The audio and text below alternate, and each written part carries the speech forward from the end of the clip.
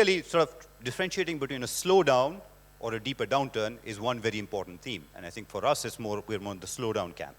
A second theme, which we think is quite important, is the renewed search for yield. Some of you might remember, if you go back a few years, we had a similar episode where bond yields around the world fell sharply. We had negative bond yields. And that was an interesting time where any asset class around the world which paid a reasonable yield ended up performing very, very well. And it looks like we're once again in a very similar environment. And that's one of the reasons, again, why we think Indian bonds may be a beneficiary. So today we're in an environment where so as a global investor, my choice is I can invest in US Treasuries. Going out 10 years, I barely get paid a little over 1.5%. I could buy bonds in Japan or Europe where yields are now negative. So I actually have to pay the government for the privilege of lending to them.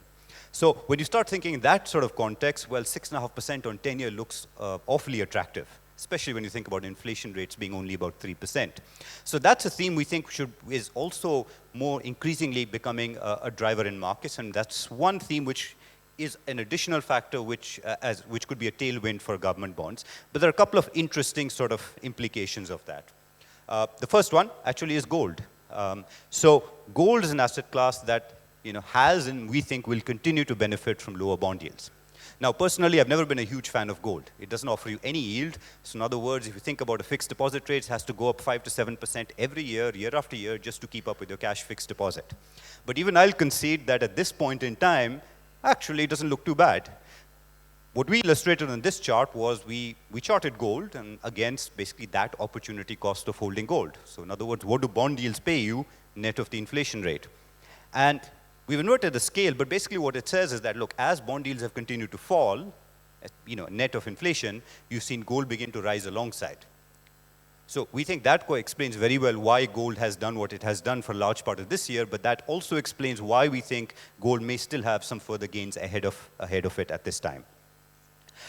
The second implication, of course, is that we think the US dollar will weaken moderately. And this again comes back to, looking back to 2014 when the dollar rally really kicked off. It was a rise in interest rates, a rise in bond yields that really supported the dollar, because in our view, we think the difference in interest rates is one of the most important factors supporting currencies. But today, as we see bond yields, of course, in the US come off, we see the Fed cutting rates, we think that support is going to be increasingly taken away from the dollar. I mean, yes, most central banks would like to ease, but the reality is in Europe and Japan, they don't have very much room to ease. So we think the US, just by virtue of the fact that it has that much more to ease in terms of positive yields, that will take away some support for the dollar. And for high-yielding currencies like the Indian rupee, we think that actually may end up being quite an important source of support. And that's exactly what we show on this chart. So one of the concepts economists love to talk about is the real yield. And that's just a fancy way of saying that you look at bond yields, but you subtract the inflation rate to see what you really earn after inflation. And when you take that sort of framework, actually, real yields are extremely high. In fact, they're the second highest relative to at least the world's major emerging market economies. So again, you can argue whether from an economic perspective that's a good thing or not, but if you think from a bond market perspective, that's of course quite attractive in a world of very low or negative bond yields. And if you think from a currency market perspective, that's actually, it ends up being quite an important source of support for the Indian rupee in our view. So where do we see opportunity? We see opportunity clearly in the broader market. We think mid and small caps are clearly calling out or shouting out or shrieking out that they are becoming very, very attractive investments at this stage. Look at the kind of collapse that we've seen in valuations just in a matter of a year. We were trading at almost 30% premium to the large caps. The broader basket is now at a 30% discount. Okay, it's they've been completely demolished. But I think, in fact, they've gone to levels which are almost similar to what was the situation in 2014, 2015.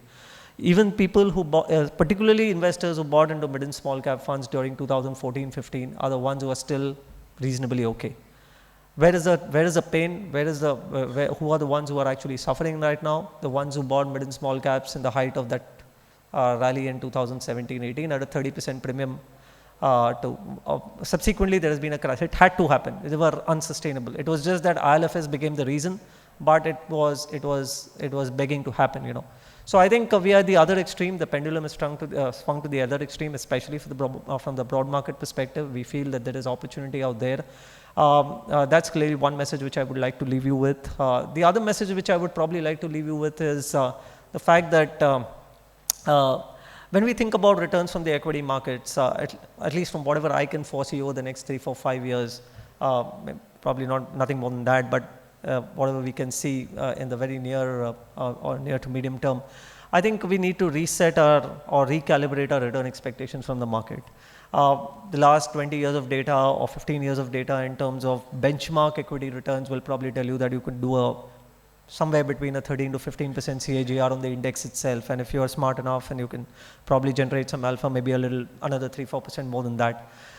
I think that 15% number we'll have to probably calibrate down or bring it down to maybe by a notch or two to more like a 10-12% number. And I already highlighted the reason for you to you for that, which is essentially the fact that inflation today is not running or not likely to run at 8% anymore.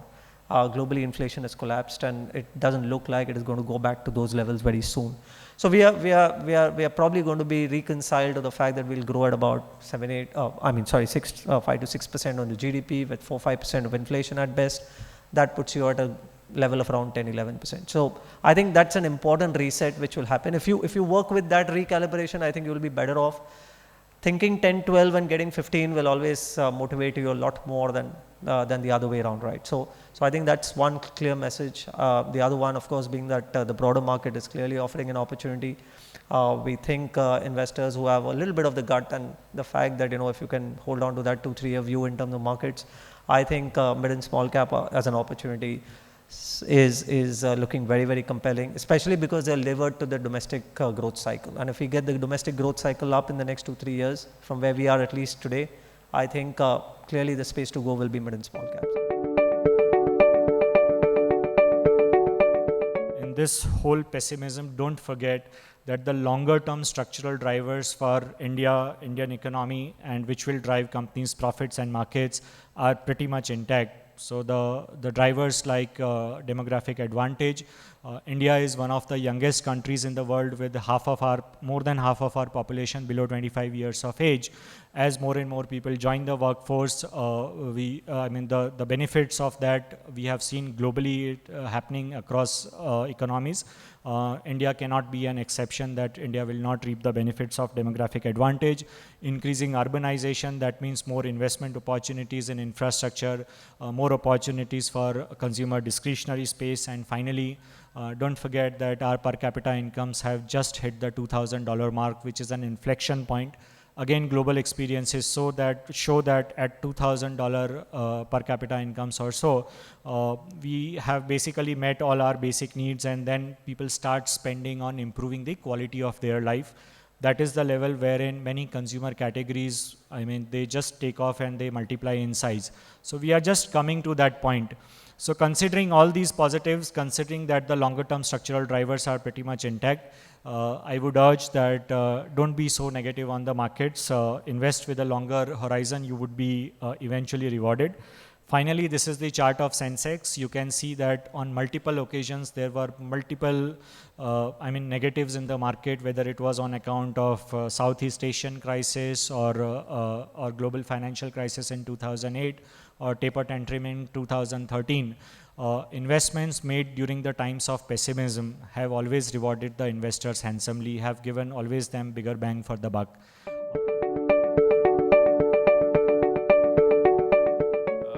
So it's a challenge which we as fund managers also have to fight with on a day-to-day basis when you're looking at valuations and fundamentals.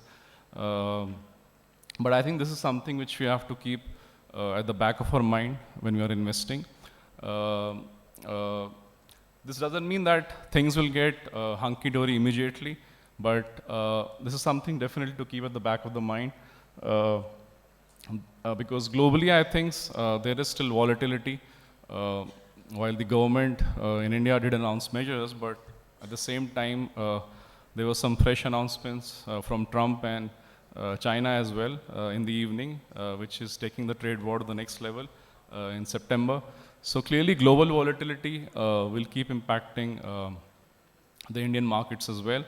But I think, if you look at the sentiment indicators, or you look at this chart which talks about valuations being attractive.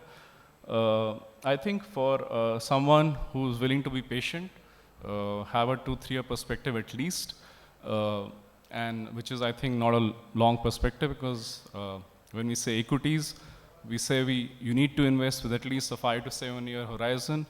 And the reason we say is that because typically a 7-year horizon will take care of a one bull and a bear cycle. So you're like 1.5 years into the downturn. Be more patient, and I think you're nearing the last phase, and I'm quite optimistic about the next 2-3 years.